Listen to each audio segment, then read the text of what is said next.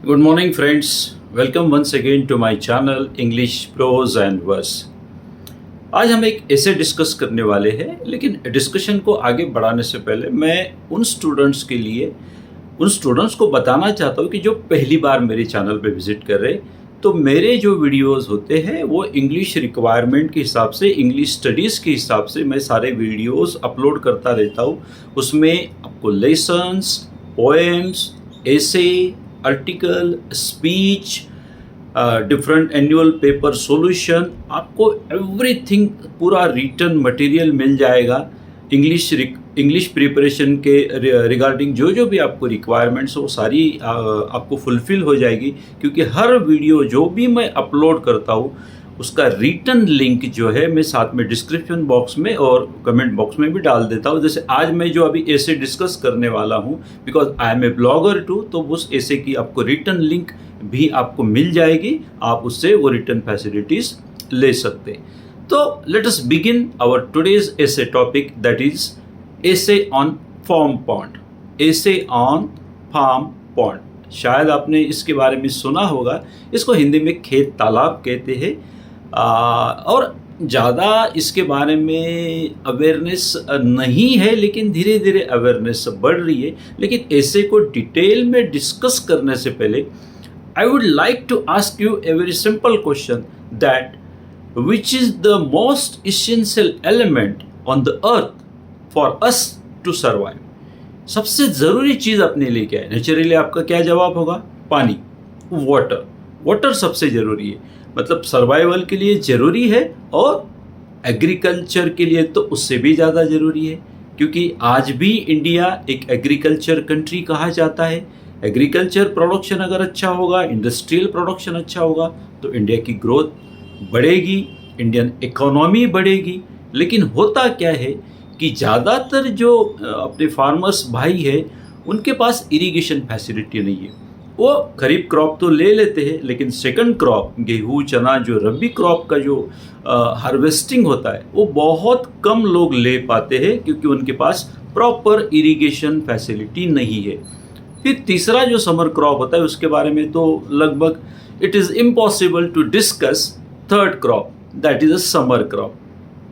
तो first point अपन ये डिस्कस करते हैं कि फार्म पॉन्ड खेतों में बनाना किस लिए ज़रूरी है। Why it is necessary to build a farm pond for a farmers.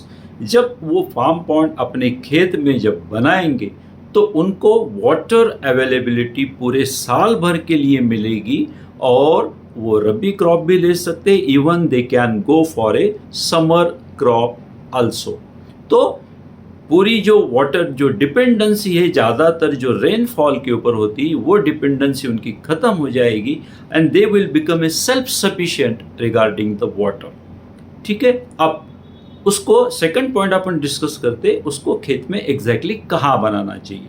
तो पॉइंट ये है, मान के चलिए कि यहाँ पे अपन एक एग्जाम्पल के जरिए डिस्कस करते। If a farmer is having 10 acres of land, depend करता है, किसी के पास 4, 5, 10, अपन 10 की बात कर दे, 10 एकड़ खेत का जो मालिक है, अगर वो 1 एकड़ में या आधे एकड़ में अगर वो फार्म पॉन्ड बना ले, तो क्या होगा?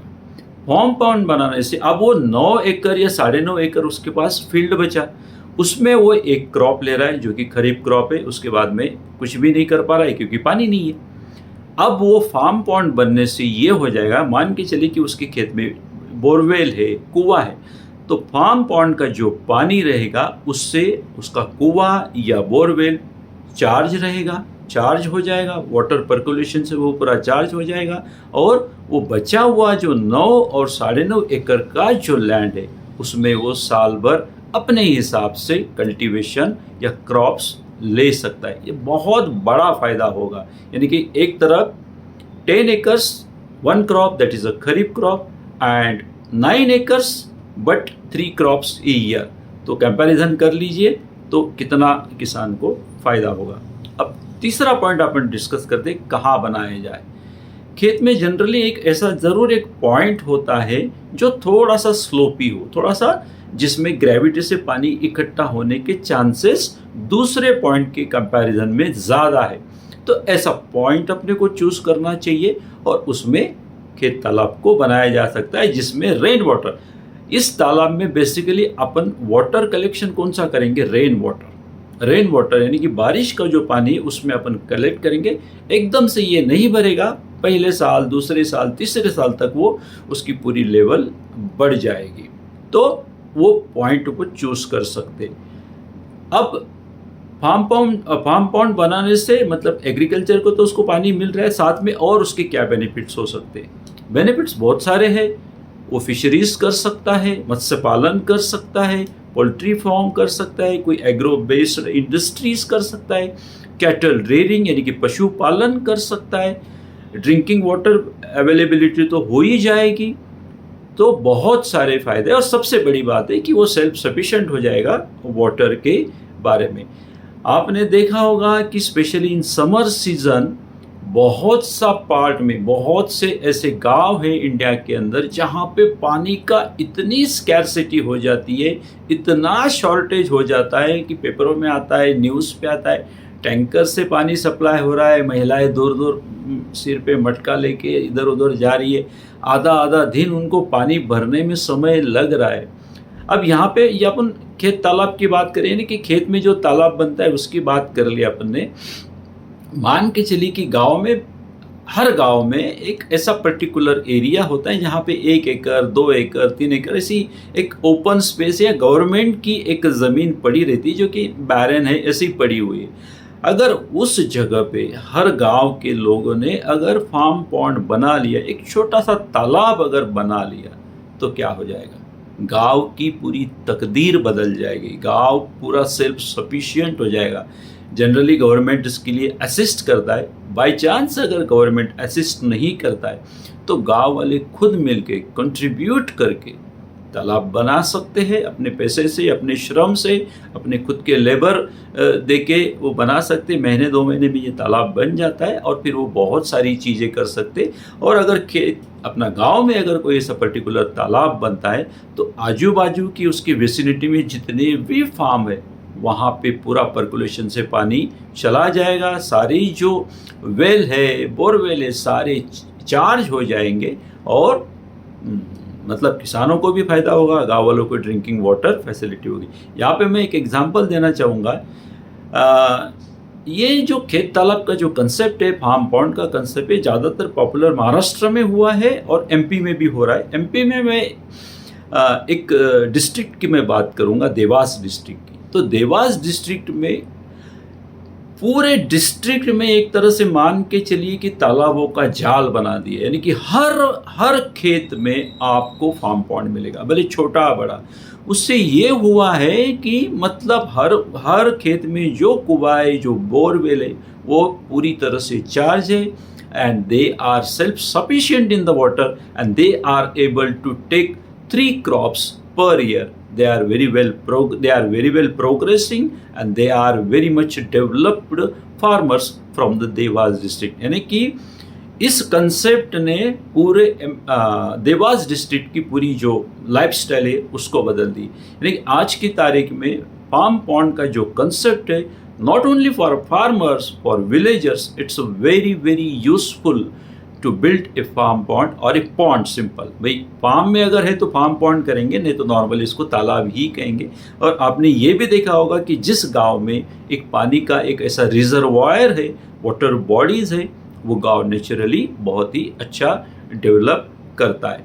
यहाँ पे मैं एक ज़रूर बात बताना चाहूँगा कि कुछ लोग जब तालाब बनाते हैं तो जो नीचे ज़मीन है उसमें बनाया जाता है, उसकी साइज़ क्या होनी चाहिए, साइज़ के बारे में डिस्कस करते हैं। साइज़ इसकी रिक्वायरमेंट फार्मर की जो नीड है उसके ऊपर होती है कि कितना गहरा चाहिए, कितना लंबा चाहिए, कितना चौड़ा चाहिए। जनरली इसकी साइज़ की अगर अपन बात करें तो 25 metre by 25 metre, 25 by 25 metre, 25 metre लंबा, 25 मीटर चौड़ा और 1.5 फीट से 3-3.5 फीट तक गहरा, यानी कि जो हाइट होती है इस तरीके से बनाया जाता है। डिपेंड करता है कि उस पर्टिकुलर फार्मर के पास में कितनी जगह अवेलेबल है और उसको पानी की रिक्वायरमेंट कितनी है।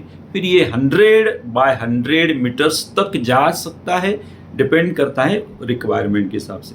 अच्छा, इसमें दो चीज़ें हैं, कुछ लोग नीचे पॉलीथीन बिछा के पानी को कलेक्ट करते, एक पहला है, और कुछ लोग हैं विदाउट पॉलीथीन यूज़ करके पानी को कलेक्ट। अब दोनों में फ़र्क क्या है?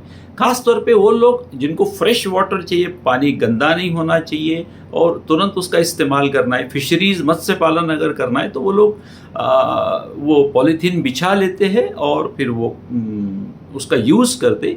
और दूसरा तरीका ये है कि विदाउट एनी पॉलीथीन शीट, नीचे तालाब के नीचे जो है कोई पॉलीथीन शीट नहीं बिछाते। अब इसके दोनों के अपने अपने अलग अलग फ़ायदे हैं।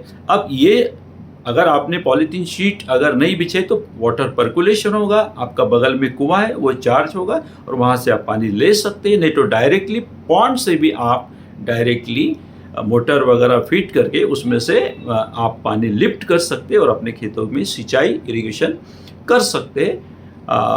डिपेंड करता है कि आपकी रिक्वायरमेंट क्या है, आपके पास स्पेस कितने अवेलेबल है। हाँ, मैं इतना ही बोलूँगा कि जिनको भी ये फार्म पॉन्ड बनाना है वो पहले किसी एक्सपर्ट से इसकी सलाह ले और एक्चुअली खुद जाके देख ले कि किसी ने बनाया होगा तो उसको ऑब्जर्व करे, उसकी नो हाउ प्रोसीजर को समझे और फिर उसके ऊपर काम करेगी, क्योंकि बजट कितना लगता है, कितने दिन लगते हैं, उसके फ़ायदे क्या है।